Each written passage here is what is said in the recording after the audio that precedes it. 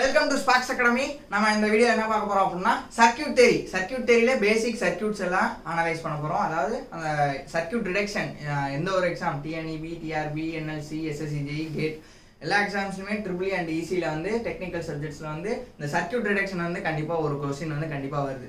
So அதனால் இந்த circuit various problems வந்து எடுத்து நம்ம சால்வ் பண்ண போகிறோம். ஓகே, ஸோ வந்து first Ohm's law and KCL and KVL வந்து வெரி இம்பார்ட்டன்ட். ஓம்ஸ்லாம் நமக்கு தெரியும் V = IR அண்ட் KCL வந்து sum of a incoming current equal to sum of a outgoing current. Next KVL வந்து ஒரு க்ளோஸ்டு பாத், சர்க்யூட்ல வந்து ஒரு க்ளோஸ்டு பாத்தாக இருக்கணும் அண்ட் அதோட வோல்டேஜ் ட்ராப் எல்லாமே வந்து ஜீரோவாக இருக்கணும். ஸோ இதான் வந்து KCL, KVL அண்ட் ஓம்ஸ்லாம்.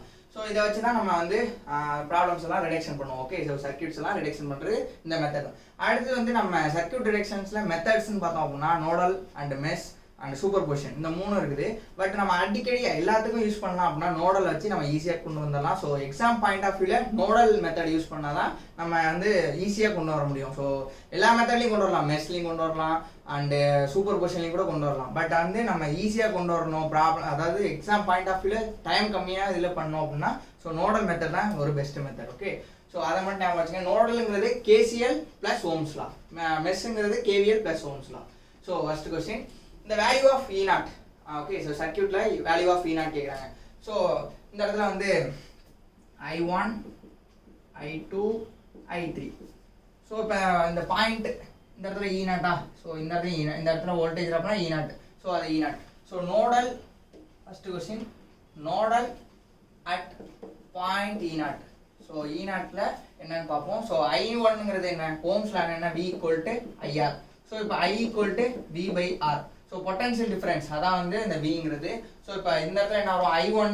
ஸோ இப்போ I1 + I2 + I3 = 0. ஸோ இப்போ I1 என்ன, E0 - 12/4 plus next E0, I2 வந்து E0 - 0/4. Next E0 - 0, 2 + 2 4 Ω. So series தானே, பேரலாக, அதாவது பேரலாக இன்னொரு பிரான்ச் வந்து வந்துச்சுன்னா தான் பேரல் ஆகும். ஸோ அதனால இது சீரிஸாக தான் இருக்குது. ஸோ 2 + 2, ஓகேவா. ஸோ இப்போ வந்து இதை எழுதணும் அப்படின்னா E0 - 12/4 plus E0/4 plus E0/4. இப்போ எல்சிஎம் எடுத்தோம் அப்படின்னா இது எல்லாத்துலேயுமே கீழே 4 இருக்குது. ஸோ எல்சிஎம் வந்து 4 தான். ஸோ இப்போ வந்து E0 - 12 plus E0 plus E0 / 4. So இப்போ இந்த 4 வந்து இந்த பக்கம் வந்து கொண்டு வந்தோம்னா 0 × 4 வரும். ஸோ 0 × 4 வந்து 0. ஸோ அப்போ = 0. ஸோ இப்போ இது எல்லாத்தையும் ப்ளஸ் பண்ணோம் அப்படின்னா 3E0 = 12. ஸோ இப்போ E0 = 4 வோல்ட். ஸோ இந்த மாதிரியான கொஸ்டின் தான் கேட்பாங்க. ஸோ நோடல் மட்டும்தான் பெஸ்ட் மெத்தட். ஓகே, ஸோ இப்போ மெஷ் யூஸ் பண்ணி பண்ணலாம். அடுத்தது வந்து கரண்ட் டிவிஷன் ரூல் அதெல்லாம் யூஸ் பண்ணி நம்ம கொண்டு வரலாம். எப்படினாலும் சர்க்யூட் வந்து நிறைய மெத்தடில் சால்வ் பண்ணலாம். ஸோ நோடல் வந்து எப்போவுமே ரொம்ப ஈஸியான மெத்தட். இதை ஞாபகம் வச்சுங்க. எக்ஸாம் பாயிண்ட் ஆஃப் வியூவில் இதுதான் நமக்கு ஈஸியாக கை கொடுக்கும். Okay, so next question, the value of I. Okay, so ஐங்கிறது இந்த இடத்துல இருக்கு. So the value of I என்னன்னு கண்டுபிடிக்கும். ஸோ அதே தான், நீங்கள் எந்த இடத்துல வேணாலும் பாருங்க, நோடல் தான். இந்த மாதிரியான சர்க்யூட் தான் வந்து நிறைய கேட்போம். இந்த மாதிரியான கொஸ்டின் நிறைய வந்து ஃப்ரேம் ஆயிருக்கு. ஸோ அப்போ இதை வந்து நல்லா ஞாபகம் வச்சுங்க. ஸோ அட் பாயிண்ட் இதை வந்து வின்னு வச்சுப்போம். ஸோ இந்த பாயிண்ட்ல, so second question, at point V apply nodal. So nodal apply பண்ணோம் அப்படின்னா இப்போ வந்து V - 5. So it is I1, it is I1, it is I2, it is I3. ஓகேவா. ஸோ இப்போ V மைனஸ் கீழே இருக்கிறது தான் எடுத்துக்கணும். ஓகேவா, கீழே இருக்க சிம்பிள் தான் எடுக்கணும். இப்போ இந்த இடத்துல மைனஸ் ப்ளஸ் இருந்துச்சுன்னா V + 5 தான் எடுத்துக்கணும். ஓகேவா, ஸோ கீழே இருக்க சிம்பிள் எடுத்துங்க. V - 5/5 Ω ப்ளஸ் இந்த இடத்துல கரண்ட்டை பாருங்க, நம்ம I2ங்கிறது இப்படி கொடுத்துருக்கோம், ஆனால் ஆக்சுவல் டைரக்ஷன் ஆப்போசிட்டாக இருக்குது. ஸோ அப்போ -1 ப்ளஸ் V - 0/15 = 0. ஸோ இப்போ எல்சிஎம் என்ன, 15. ஸோ அப்போ இதை 3ஆல் மல்டிபிள் பண்ணால் போதும். 3V - 15, இதை 15ஆல் மல்டிபிள் பண்ணோம். 15 ப்ளஸ் V பை, ஸோ டோட்டலாக 15 = 0. ஸோ இப்போ 15 இந்த பக்கம் போச்சுன்னா 0 × 15 0 ஆயிரும். ஸோ இப்போ 3V plus 4V - 30 = 0. So 4V = 30, V = 30/4. Okay, so voltage வந்து 30/4. இதை ரிடக்ஷன் பண்ண தேவையில்லை. ஓகேவா, ஏன் அப்படின்னா நம்ம நெக்ஸ்ட்டும் கால்குலேஷன் தான் பண்ண போகிறோம். ஸோ இந்த இடத்துல போகிற I கண்டுபிடிக்கணும். So I = V/R. So V இந்த இடத்துல 7.5, அதாவது 30/4. ஸோ அப்போ I = V/R. So 30/4 / 1/R. So so இது சீரிஸ் தான். ஸோ 5 + 10 ஸோ அப்போ 15 ஓம். ஸோ இப்போ வந்து சால்வ் பண்ணோம் அப்படின்னா 2/4 it is 1/2 ampere. Okay so அப்போ 0.5 ஆம்பியர். ஓகே ஸோ இப்போ வந்து கேசிஎல் சாட்டிஸ்ஃபை ஆகுதா அப்படின்னு பார்ப்போம். இப்போ இந்த சம்மில் வந்து ஐ வந்து 0.5 வந்துருக்கு. ஓகேவா? ஸோ இப்போ இந்த 3 பிரான்ச் இருக்குது. இப்போ இந்த இடத்துல வந்து கரண்ட் இப்படி போகுது 0.5 ஆம்பியர். ஸோ இந்த இடத்துல உள்ளே வருது. ஸோ 1 ஆம்பியர் உள்ள வருது. ஸோ இந்த இடத்துல 7.5 இருக்குது. இந்த இடத்துல 7.5, இந்த இடத்துல 5 வோல்ட். ஸோ கரண்ட் வந்து எப்போவுமே high voltage to low voltage போவோம். கரண்ட் ஆல்வேஸ் சூஸ் ஏ லோ ரெசிஸ்டன்ஸ் பார். ஓகேவா? ஸோ ஷார்ட் சர்க்யூட் ஆயிடுச்சுன்னா அந்த பக்கம் தான் கரண்ட் போகும். ஓகேவா? ஸோ ஷார்ட் சர்க்யூட்டில் அதிகமான கரண்ட் இருக்கிறதுக்கான காரணமும் அதுதான். ஸோ அப்போ வந்து ஹை வோல்டேஜ் 7.5லேருந்து இந்த பக்கம் போகுது. அப்போ 7.5 - 5 / 5. ஸோ 2.5/5 னா 1/2. அப்போ இந்த இடத்துல ஒரு 0.5. அப்போ கேசிஎல் சாட்டிஸ்ஃபை ஆகுது. ஓகேவா? ஸோ கேசிஎலும் கேவிஎலும் சாட்டிஸ்ஃபை ஆகணும் எல்லா சர்க்யூட்டுமே. ஓகே இதை ஞாபகம் வச்சுங்க. Next third question. Third question வந்து the value of power on 25 volt. 25 volt இங்கே இருக்குது. ஸோ இதில் வந்து டிபெண்டன்ட் சோர்ஸ் வந்துருக்கு. டிபெண்டன்ட் சோர்ஸ் வந்துருச்சுன்னா அது வந்து அது பேர்லேயே இருக்குது. ஸோ டிபெண்டன்ட் சோர்ஸ் அப்படின்னா ஏதோ ஒரு வேல்யூவோட டிபெண்ட் ஆகிருக்கும். சர்க்யூட்டில் ஏதோ ஒரு எலமெண்ட்டோடையோ இல்லை கரண்ட்டோடையோ இல்லை வோல்டேஜோடையோ டிபெண்ட் ஆகிருக்கும். ஸோ இந்த இடத்துல பாருங்கள் 0.4 ஐன்னு இருக்குது. ஸோ அப்போ ஐயோட கரண்ட்டில் ஏதோ ஒரு இடத்துல இந்த இடத்துல ஐ இருக்குது. ஸோ அப்போ இங்கே போகிற கரண்ட்டோட டிபெண்ட் ஆகிருக்கு. அதான் டிபெண்டன்ட் சோர்ஸ். இது வந்து இண்டிபெண்டன்ட் சோர்ஸ். இண்டிபெண்டன்ட் சோர்ஸ்னா இப்போ இந்த இடத்துல R2 வேல்யூ இப்போ இந்த இடத்துல கரண்ட் வேல்யூ மாறினாலும் இது இண்டிபெண்டாக தான் இருக்கும். அதே இந்த இடத்துல ஐ வேல்யூ மாறிடுச்சு அப்படின்னா 0.4 ஆம்பியரும் மாறும். ஸோ அதான் டிபெண்டன்ட் சோர்ஸ் இண்டிபெண்டன்ட் சோர்ஸ்க்கான difference. Okay so dependent source வந்துன்னா கொஞ்சம் கேர்ஃபுல்லாக இருங்க. ஸோ இந்த இடத்துல வந்து 25 வோல்ட்டில் உள்ள பவர் கேட்குறாங்க. ஸோ இப்போ வந்து பவருக்கு என்ன ஃபார்முலா? தேர்ட் சம்மில் வந்து பவருக்கு வந்து VI. ஸோ V வந்து 25 வோல்ட். ஓகேவா? ஸோ I மட்டும் கண்டுபிடிச்சா போதும்.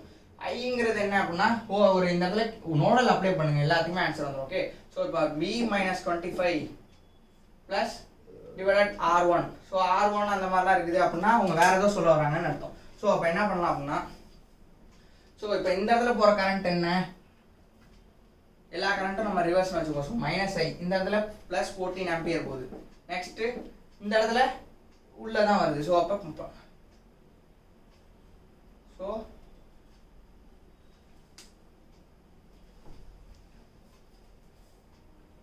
ஸோ இந்த இடத்துல வந்து 14 ஆம்பியர் வந்து டவுன்வர்ட், அதாவது கீழே போகுது. ஸோ அதில் வந்து வெளியே போகுது. ஓகேவா? ஸோ ஐங்கிறது உள்ளே வருது. So I incoming current. அடுத்து என்ன வருதுன்னா ப்ளஸ் 0.4 ஐ உள்ளே வருது. ஓகேவா? வெளியே போகிறது 14 ஆம்பியர் மட்டும்தான் வெளியே வருது. ஓகேவா? So 14 ampere. Okay so 1.4 I = 14. So I = 14/1.4 it is 10. So 10 ampere. So ஐக்கு பதிலாக 10 போட்டோம் அப்படின்னா 250 வாட். ஓகே ஸோ இப்போ வந்து R1 கேட்டாங்க அப்படின்னா இந்த இடத்துல உள்ள வோல்டேஜ் கண்டுபிடிக்கணும். ஸோ இப்போ வோல்டேஜ் அதாவது நோடல் அப்ளை பண்ணி அந்த கரண்ட்டை கண்டுபிடிச்சாச்சு. ஸோ 10 ஆம்பியர்னு. ஸோ அந்த வோல்டேஜ் கண்டுபிடிச்சோம் அப்படின்னா R = potential difference by I அப்படிங்கிற ஃபார்முலா யூஸ் பண்ணி R1 R2 எல்லாத்தையும் கண்டுபிடிச்சிடலாம்.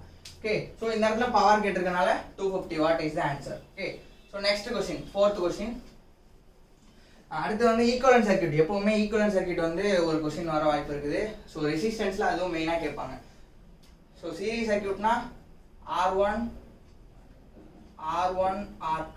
ஸோ சீரிஸ் ரெசிஸ்டன்ஸ்னா R = R1 + R2. அதே பேரலாக இருந்துச்சு அப்படின்னா ஸோ R1 R2 வந்து R1 × R2 divided R1 + R2. ஓகேவா? ஸோ இதை ஞாபகம் வச்சுங்க. ஸோ அதே வந்து R1 R2 சேமாக இருந்துச்சு, அதாவது 3 ஓம் 3 ஓம் 3 ஓம் இருக்குது அப்படின்னா இந்த இடத்துல R ஈக்குவலன்ட் என்ன வரும் அப்படின்னா ஸோ நீங்கள் வந்து இந்த மாதிரி இதை இந்த ஃபார்முலா யூஸ் பண்ணணும் அப்படிங்கிற அவசியம் இல்லை. 3 டோட்டல் ரெசிஸ்டன்ஸ் என்ன, எத்தனை ரெசிஸ்டன்ஸ் வந்து இந்த மாதிரி ஈக்குவலாக இருக்குது அப்படின்னா ஸோ அப்போ N. அப்போ இந்த இடத்துல 3/2 2 ரெசிஸ்டன்ஸ் தான் இருக்குது. அப்போ 2 அவ்வளோதான் அப்படின்னு போட்டாலே டேரக்ட் ஆன்சர் வந்துடும். ஓகே ஸோ நெக்ஸ்ட் வந்து இந்த ப்ராப்ளம் பார்க்கலாம். So fourth one.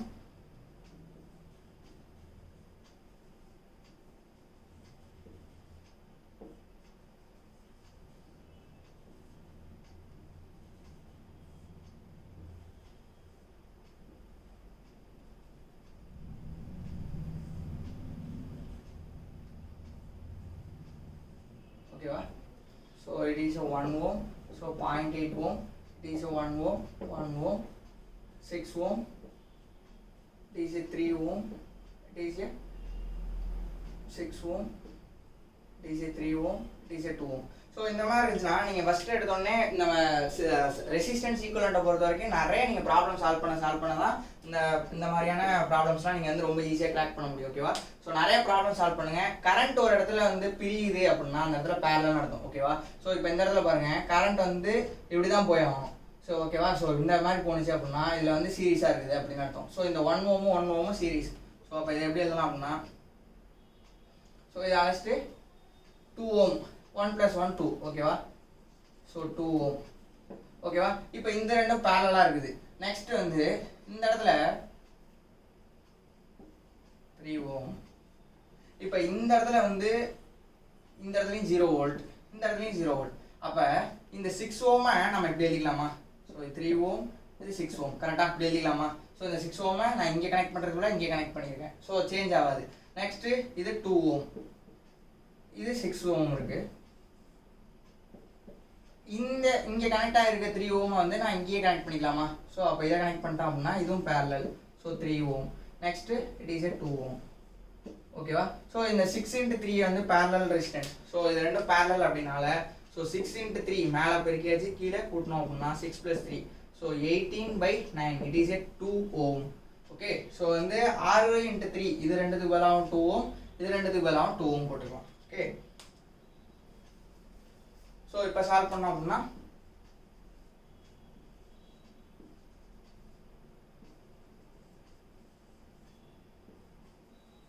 ஓகேவா? ஸோ இப்போ வந்து இந்த இடத்துல 2 ஓம், ஸோ இந்த இடத்துல 2 ஓம், இந்த இடத்துலையும் 2 ஓம், இந்த ரெண்டுத்தையும் சேர்த்து இது இங்கே ஒரே இதாக போட்டாச்சு. அடுத்து இந்த ரெண்டுத்தையும் ஈக்குவல் பண்ணி 2 ஓம், இந்த இடத்துல ஆல்ரெடி 2 ஓம் இருக்குது. ஓகேவா? ஸோ இந்த இடத்துல 1 ஓம், இட் இஸ் 0.8 ஓம். ஓகேவா? இப்போ இந்த 2 ஓம் பேரலாக இருக்குது. ஸோ இதை வந்து 1 ஓம்னு வச்சிடலாம். ஓகே. ஸோ 1 ஓம். ஓகேவா? எப்படி அப்படின்னா R = சேமாக இருந்துச்சுன்னா 2/2 அப்போ 1 ஓம். ஓகேவா? ஸோ அடுத்தது இதில் வந்து கரண்ட் இந்த இடத்துல பிரியவே இல்லை. ஸோ அப்போ இது சீரியஸாக இருக்குது. ஸோ அப்போ இதுக்கு பதிலாக 3 ஓம் அப்படின்னு போட்டுடலாம். ஸோ 3 ஓம். நெக்ஸ்ட் 3 × 2 பேரலாக இருக்குது. ஸோ அப்போ 3 × 2 / 3 + 2 it is 6/5 it is 1.2 ohm. Okay. So அப்போ வந்து 1.2 ஓம். அப்போ இந்த இடத்துல ஈக்குவலண்ட் என்னன்னு பார்த்தோம்னா 3 சீரிஸாக இருக்குது. அப்போ R = 1 ohm + 1.2 + 0.8 ohm it is 3 ohm. So 3 ohm is the answer. Okay.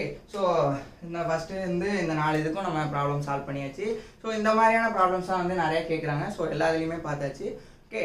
So basic circuits மாதிரி வேறு என்ன டாபிக்ஸ் வேணும் அப்படிங்கிறத கமெண்ட் பண்ணுங்கள். ஓகே. ஸோ இந்த மாதிரி வீடியோஸ் நிறையா வேணும் அப்படின்னா நம்ம சேனலை சப்ஸ்கிரைப் பண்ணிடுங்க. ஓகே. தேங்க்யூ.